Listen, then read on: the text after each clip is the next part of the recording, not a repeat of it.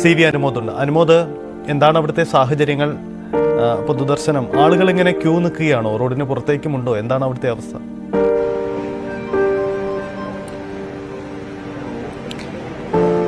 ഈ തിരമാലകൾ വന്ന് തീരത്ത് അടിച്ച് അവസാനിക്കാതെ തഴുകിക്കൊണ്ടിരിക്കുന്ന പോലെയാണ് ആളുകളുടെ ഒരു ഒഴുക്ക് നമുക്ക് ഈ സിത്താരയിലേക്ക് കാണാൻ സാധിക്കുന്നത്. ആദ്യമൊക്കെ വീടിൻ്റെ മുൻപിലായിരുന്നെങ്കിൽ ഇപ്പോൾ പതിയെ പതിയെ മധ്യാഹ്ന സൂര്യൻ്റെ ചൂട് കൂടുന്നത് പോലെ ആളുകളുടെ ആ വരിയും കുറേശ്ശെ നീണ്ടുകൊണ്ടിരിക്കുന്ന ഒരു കാഴ്ചയാണ് നമുക്ക് സിത്താരയിൽ കാണാൻ സാധിക്കുന്നത്. ആരൊക്കെ വരുന്നു എന്നതിനപ്പുറം ആരെല്ലാം വരാതിരിക്കുന്നു എന്ന് പറയുന്ന പോലെയാണ് ഇവിടെ സാഹചര്യങ്ങൾ. രാഷ്ട്രീയ, സാമൂഹ്യ, സാംസ്കാരിക മേഖലയിലെ പലരും, പ്രമുഖരെല്ലാം തന്നെ ഈ ഒരു സമയം കൊണ്ട് ഇവിടേക്ക് എത്തിക്കഴിഞ്ഞിട്ടുണ്ട്. പലരും സംസാരിക്കാൻ കഴിയാത്ത അവസ്ഥയിലാണ്. പലരും ചെറിയ വാക്കുകളിൽ ഓർമ്മകൾ പങ്കുവയ്ക്കുന്നു, ചിലർ വൈകാരികമായി സംസാരിക്കുന്നു. പലർക്കും ഇത് ഉൾക്കൊള്ളാൻ പോലും കഴിയാത്ത ഒരു വിയോഗമാണെന്ന് പറയാതെ വയ്യ. കാരണം തങ്ങളുടെ ഗുരുതുല്യനായ, തങ്ങളുടെ ജ്യേഷ്ഠതുല്യനായ, തങ്ങളുടെ പിതൃതുല്യനായ അത്രയും ഔന്നത്യത്തിൽ മലയാളിയുടെ മനസ്സിൽ സ്ഥാനം പിടിച്ചിരുന്ന MT വാസുദേവൻ നായർ ഇനി ഇല്ല എന്ന് പറയുമ്പോൾ അത് ഉൾക്കൊള്ളുക തന്നെ അതികഠിനമായ ഒരു കാര്യമാണ്. പലരും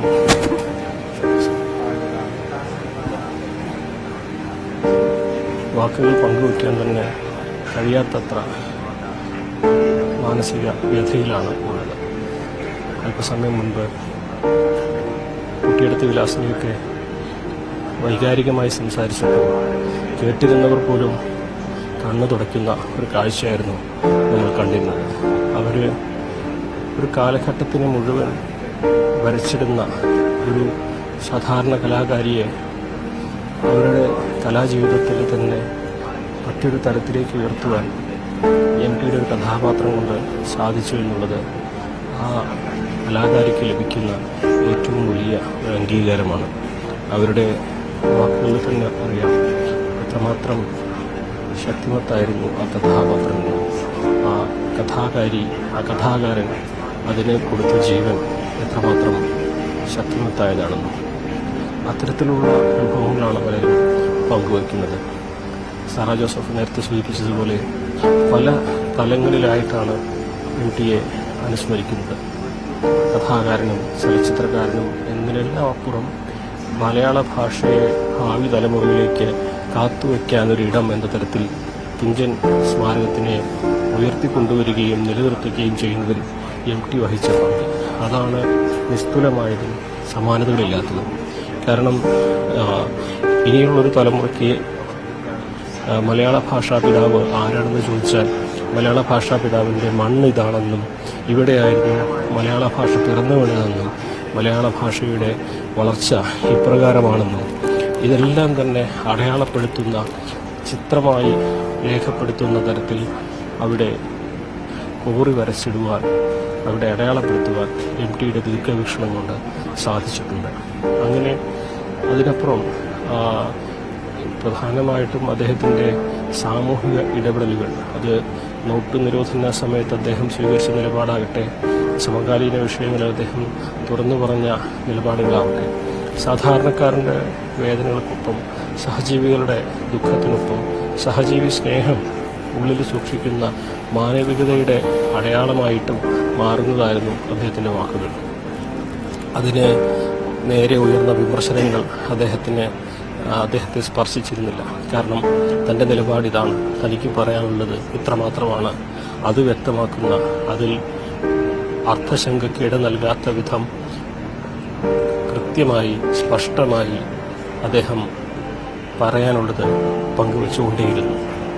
അദ്ദേഹത്തിൻ്റെ ആ നിലപാടുകൾ തന്നെയാണ് മലയാളിയുടെ മനസാക്ഷിയുടെ ഒരു മുഖചിത്രമായി, ഒരു കണ്ണാടിയായി വർത്തിച്ചതും. അങ്ങനെ പല തലങ്ങളിൽ മലയാളിയുടെ മനസാക്ഷിയെ, മലയാളിയുടെ മനസ്സിനെ, മലയാളിയുടെ സാഹിത്യ ലോകത്തെ, സാംസ്കാരിക ലോകത്തെ, ചലച്ചിത്ര ലോകത്തെ അടയാളപ്പെടുത്തിയ ആ മഹാമാനുഷികൻ അദ്ദേഹത്തിൻ്റെ സബര്യ ഇവിടെ അവസാനിപ്പിച്ചിരിക്കുകയാണ്. 91 എന്നുള്ളത് എം ടിയുടെ ജീവിതത്തിലേക്ക് വരുമ്പോൾ ഒരു വലിയ കാലയളവല്ലല്ലോ എന്ന് ആർക്കും തോന്നാം. അദ്ദേഹം ഇനിയും നമ്മുടെ കൂടെ വേണമായിരുന്നുവെന്ന് നമ്മൾ പറയുന്നത് അദ്ദേഹം ഇവിടെ ഉണ്ടായിരുന്നപ്പോൾ സാഹിത്യ ലോകത്തിനും സാംസ്കാരിക ലോകത്തിനും എല്ലാം ലഭിച്ചിരുന്ന ഒരു സുരക്ഷിതത്വമുണ്ട്. സ്വന്തം വീട്ടിൽ അച്ഛനുള്ളപ്പോൾ ഓരോ കുട്ടിക്കും തോന്നുന്ന സുരക്ഷിതത്വം, അതുപോലെയാണ് സാംസ്കാരിക ലോകത്തിന് എം ടിയുടെ സാന്നിധ്യം നൽകിയിരുന്ന സുരക്ഷ. ഇന്നിപ്പോൾ അദ്ദേഹം ഓർമ്മയായി മാറുമ്പോൾ അത് തീർക്കുന്ന ശൂന്യത അത് വളരെ വലുതാണ്, ആഴമേറിയതാണ്. അതുകൊണ്ട് തന്നെ ഇവിടെ എത്തുന്ന എല്ലാവർക്കും വാക്കുകൾ കൊണ്ട് മാത്രം അവരുടെ വികാരം പങ്കുവയ്ക്കാനാകില്ല, അവരുടെ ദുഃഖം പകർന്നു നൽകാനാകില്ല. പലരും വിങ്ങിപ്പൊട്ടി വാക്കുകൾ കടിച്ചമർത്തി കണ്ണീർ തുടച്ച് എം ടിക്ക് മുൻപിലൂടെ നടന്നു നീങ്ങുമ്പോൾ ഓർമ്മകളുടെ വലിയ ഒരു ഉരുൾപൊട്ടലായിരിക്കും അവരുടെ എല്ലാ ഹൃദയത്തിലും ഉണ്ടാവുക. സജിത്ത്, നമ്മുടെയൊക്കെ അർത്ഥശൂന്യമായ വാക്കുകൾ കൊണ്ട് പ്രേക്ഷകരിലേക്ക് എത്തിക്കാൻ കഴിയില്ല എം ടിയുടെ ഈ വിയോഗത്തിൻ്റെ കാഴ്ചകളും ഇവിടുത്തെ സാഹചര്യങ്ങളൊക്കെ. സജിത്ത്. യെസ്, അതാണ് സാഹചര്യം. എം ടിയുടെ കാലഘട്ടത്തിൽ ജീവിക്കാൻ കഴിഞ്ഞു എന്നത് ഈ ഒരു തലമുറയുടെ ഭാഗ്യമാണ്, അല്ലെങ്കിൽ അത് നമുക്ക് അനുസ്മരിക്കാൻ കഴിയുന്ന ഒരു കാലമാണ്. കാലങ്ങൾക്കപ്പുറം ഒരുപക്ഷെ അടയാളപ്പെടുത്തുക അതുകൂടിയായിരിക്കുമെന്ന പ്രത്യേകതയുണ്ട്. സാഹിത്യത്തിലും സിനിമയിലും മറ്റു മേഖലകളിലും മാത്രമല്ല, മലയാള ഭാഷയ്ക്ക് തന്നെ അതിൻ്റെ നിലനിൽപ്പിനു വേണ്ടി കലാധിവർത്തിയായി ഭാഷയ്ക്ക് വേണ്ടി നിലകൊണ്ട വ്യക്തി കൂടിയായിരുന്നു എം ടി.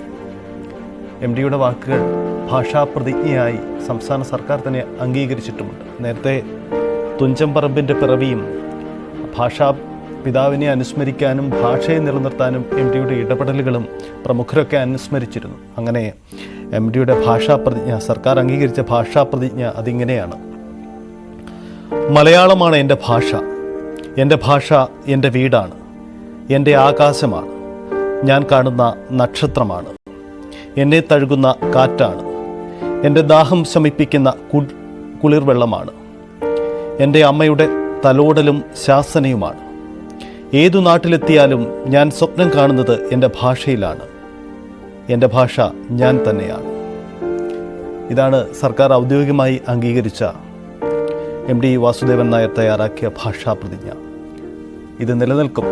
മലയാള ഭാഷയ്ക്ക് വേണ്ടി എം ടി നടത്തിയ ഇടപെടലുകളുടെ ഓർമ്മപ്പെടുത്തലുകൾ കൂടിയായി ഇത് മാറുന്നു എന്ന പ്രത്യേകതയുമുണ്ട്. പലർക്കും വൈകാരിക വായ്പകളോടെയാണ്.